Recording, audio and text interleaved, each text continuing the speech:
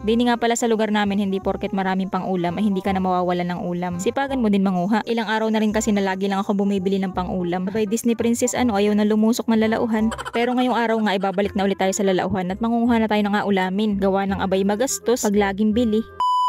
Ilang araw na nga rin pala na ako'y tinatamad banguhan ng pang-ulam. Kaya naman lagi ang ulam ko lang ay itlog, longganisa, dilata, saka magi. O diba parang nasa boarding house lang ang peg. Para kasing hindi ko na kinakaya ang init ng panahon ngayon. At saka parang gusto ko lang din muna magpahinga sa paggawa ng mga content. O diba kapag wala akong content, wala din akong ulam. Nga pala kung mapapansin nyo nitong mga nakaraang buwan, mga nakaraang araw, madalang na talaga ako lagi makapag-upload ng vlog. Para kasing ako'y naririndi kasi hindi ko na alam kung anong aunahin ko. Tapos napag-isip-isip ko, bakit baga ako nagpapakarindi sa buhay? Akala mo naman talaga may pinapalamon akong 12 na anak. Kaya ayun, nagalaylo ako ng konti at naghahanap na lang ako ng mga lumang video ko para pang reels. Para makapahinga rin ako sa kakaisip ko ano bang i-content ko ngayon, bukas, sa makalawa at magpakailanman. Lakaoy. Kumbaga wag natin masyadong i-pressure ang ating sarili. Kapag hindi na natin kaya at napapagod na tayo, edi tumigil ka at magpahinga muna. And then kapag kaya mo na ulit, edi kaya mo. Pero ngayon nga inaubos ko ng 1 kilong longganisa na binili ko sa kapitbahay, kaya naman na hindi na pwede na hindi ako manguha ng pang ulam. Chik, yo. O diba bit na lang yung kulang at nagrarap na naman. So yun na nga ngayong araw nga pala ay maninilo kami ng talimaras at mangunguha ng mga sihi na nakadikit din sa ugatan ng bakawan. Nga pala kung mapapansin nyo yung tubig din sa ilog ay talaga namang yanong labo at gawa ng habagat nga man din. Hoy, bakit parang nagagalit na naman? Pumunta nga pala muna kami din sa kubo sa palaisdaan at kinuha ko nga ang aking aqua shoes at gawa ng lulusok nga ako. Hindi pwedeng nakabangka kasi mahirap manilo kapag nasa bangka ka lang. Ayoko magtsinelas laang at gawa ng habagat, paniguradong may mga lionfish dyan sa ilalim ng ugatan ng bakawan. Hindi natin makikita kasi malabo ang tubig. Kapag na rin nakapants na ako at saka naka-aqua shoes, hindi na ako natatakot lumusok din sa ilog. Hindi ko na iniisip kung may buhaya. Ang importante ay hindi tayo matitinik na lionfish. Pero din nga muna kami pumunta sa Pilapil at marami daw dito mga nakalabas na talimaras. Kaso nga lang ang bilis nilang pumasok sa butas. Mahirap hulihin ang talimaras kapag yan ay nagbutas ay sa Pilapil at yan ang lalim ng butas niyan. Kapag hinukay mo yan, masisira mo nila ang palaisdaan, hindi mo pa mahuli yan. Lakaoy pag-uwi. Pero hindi, malalim talaga ang butas niyan. Hindi tulad kapag sila ay nasa lalauhan. Kasi nandun lang sila sa mga ugatan ng bakawan. Pero yun na nga, hindi kasi kami nagdala ng pangkawit kasi nga sadya lang namin ay manilo at gawa ng kapag high tide kasi mga nakalabas lang sila. Mga nakahapon lang sila sa ugatan ng bakawan. Pero yun na nga, pabalik na nga pala kami sa bangka at wala man kaming makita dito na madaling hulihin at ang bilis pumasok sa butas. Tinatawanan nga pala kami ng taga-video namin at wala na daw kaming ginawa ni Yasi kundi lumakad laang. Paano nga naman daw kami makakahuli? Wala nang ibang ginawa kundi mag-uli. Oy, sorry.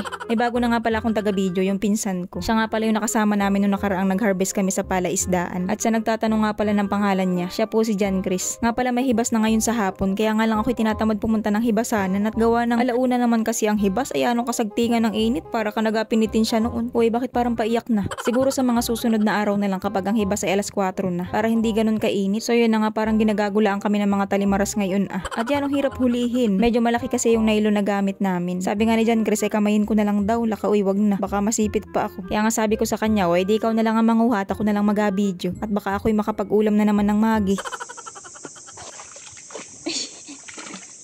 Uli. Oh, masipit ka niyan. Tiboy. Ganun lang pala guys. Butas yan. Ganun lang. Wala nga pakahirap pa tayo manilo. Ganun lang pala Kainaman, talagang pinahirapan pa ako ni John Chris kaya naman pala niyang kamayin laang. Maligalig kasi ang talimaras kaya takot ako magdampot niyan. Hindi katulad ng katang, kalantigas at saka kasag na pabebe lang kaya madali lang damputin. Yan pating talimaras kapag hinuli mo yan gamit ang sirok, madali din yan makakatakas sa sirok. Ang bilis niyan makakit sa lambat. Si Brownie nga pala ay bigla na lang sumulpot din sa amin. Mula sa bahay hanggang dito ay naglango yan kaya kinarga na namin sa bangka at mukhang pagod na. Pero ayun nga, hindi nakatiis at bumaba pa rin. Ang hilig talaga niyan makidulot-dot sa ginagawa namin. Hindi nakaradar si Panda kaya wala dito. Kung nabubuhay lang si Abong ay paniguradong nandito rin yun. Makita lang ni Abong na ako'y nakapants na, nauuna pa yung sumakay sa bangka. Kasipit.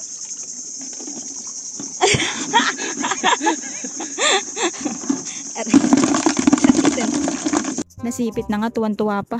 Nga pala nangunguha rin kami nitong mga sihi. Ang dami din sa ugatan ng bakawan. Kapag palaga na ring high tide, gumagapang sila pataas sa puno. Pero hindi naman sobrang taas. Yung bagang tipong hindi lang sila maaabot ng tubig. Pero kapag low tide, nandun sila sa pinakang ibaba ng ugatan ng bakawan. Masarap nga pala ang laman nito, manamis-namis ang lasa. Yun nga lang, maliliit lang ang laman nila kasi hindi sila masyadong lumalaki. Nga pala dati ko nang nai-content ang paninilo ng talimaras. Nakasakay kami noon nila Yasi sa balsa. Tuwang-tuwa nun si Yasi at Johan ay akala mo talaga naglalaro lang kami din sa ilog. Nakatuwang alalahanin nung kami mga bata pa, tigi-isa kaming balsa. Maghapon kami din sa ilog nagauli. Kaya madalas na pagkakamalan akong tomboy ay. At mga ganong gawain kasi ang ginagawa ko. Hindi ko na baga iniisip na ay babae ako, dapat yung mga pambabae lang yung gagawin ko. As long as kaya ko namang gawin, hindi ko na inaasa pa sa iba at ako na lang ang nagawa. Bida-bida yarn. Ayan na naman si Brownie o talaga namang walang katahanan.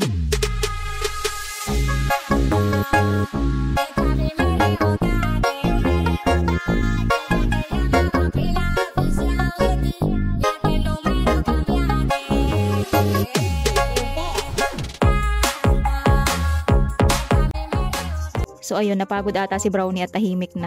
Nga pala, konti pa lang yung nakukuha namin talimaras ay nag-aakit na nga itong kasama naming Disney princess. Gusto na daw niyang umuwi. Wala siya sa mood ngayon sumama. Hindi ko nga pala kasama ngayon si Johan kasi napasok. Itatawid nga pala muna namin si Yasi din sa kabila. Dito sa may palaisdaan, nandito kasi si Papa. Tapos pauwi na rin kami ni John Chris. Hindi man ganun karami yung mga nahuli ni John Chris pero okay na yan. Kaysa magi na naman ang ulam. Humihibas na rin kasi kaya wala na masyadong talimaras. Bumababa na sila sa puno. Dumaan nga pala muna kami din sa may kubo. At may napansin nga si John Chris sa talimaras dito daw sa may silong. Akalain mo nga naman nandito lang pala ang pang-ulam. Nga pala may nabasa akong comment noon na ang talimaras daw sa kanila ay hindi kinakain. Kasi nga daw yan ay lamog, kumakain daw yan ng dumi. Depende po sa lugar kung malinis yung lugar o madumi. Yung mga talimaras na umakyat din sa bahay hindi namin hinuhuli. Nga pala sa mga nagre-request, natutukan ko daw itong mga orchids ni Mama. Ayan po. Marami nga palang natutuwa dito, kahit ako din naman. Ang gandang pagmasdan, parang ako lang. Lakaoy. Nga pala yung mga nakuha naming sihi at saka talimaras ay gagataan ko. Lalahukan ko nitong papaya. Kunting ingat nga lang pala ako din sa pagkuha ng papaya kasi baka tamaan na naman yung orchids ni Mama. Nung nakaraan kasi tinamaan, ayun, baliman din. Mabuti na lamang hindi napansin ni Mama. Nga pala bago tayo magpatuloy ay shoutout muna kay PSG Serna, Joel Reduban, Nita Negrido, Joey Katapang, Roxanne Amor, Ana May Fernandez, Raven Rolly o Rayben. O mamili ka sa dalawa. Miss Sumido, Rob Gia, at kay Micaela Adula. Nga pala ang kadalasang luto na ginagawa namin sa talimaras ay nilalaga lang namin tapos isasawsaw sa tuyo at soka. Okay na. Soka na pati. Suka. Nga pala excited ako sa mga susunod na i-content namin kapag natuloy kami kasi nga yung pinsan ko inaakit nila ako dun sa kanila. Inaakit ako na manghuli daw ako ng palaka at yun naman daw ay content ko. Naku, ewan ko lang kung ako makakahuli noon. Takot pa man din ako sa palaka. Pero gusto ko nga subukan ko anong lasa nun. O diba parang patay gutom lang. Lahat na lang kakainin. Nung isang araw pa nga sana kami pupunta kaso nga lang hindi natuloy at ako ay nag-ipot. Ang sama ng tiyan ko, naga-LBM ako. Dini sa amin kapag ganyan, naga-ipot ang tawag. O diba parang manok lang. Pero hindi pa nga ako sure kung matutuloy talaga kami kasi nga ay parang nakakatakot talaga manghuli ng palaka. Bahala na si Batman. Nga pala may lahok na kalantigas itong niluto ko. Yun yung nahuli namin sa taing. Baka kasi sabihin nyo, bakit may kalantigas na kasama? Ay talimaras lang naman ang hinuli. Ay pakialam nyo baga. Ay bakit parang nagagalit na naman? So yun na nga guys, kain po tayo. At yun lang, bye!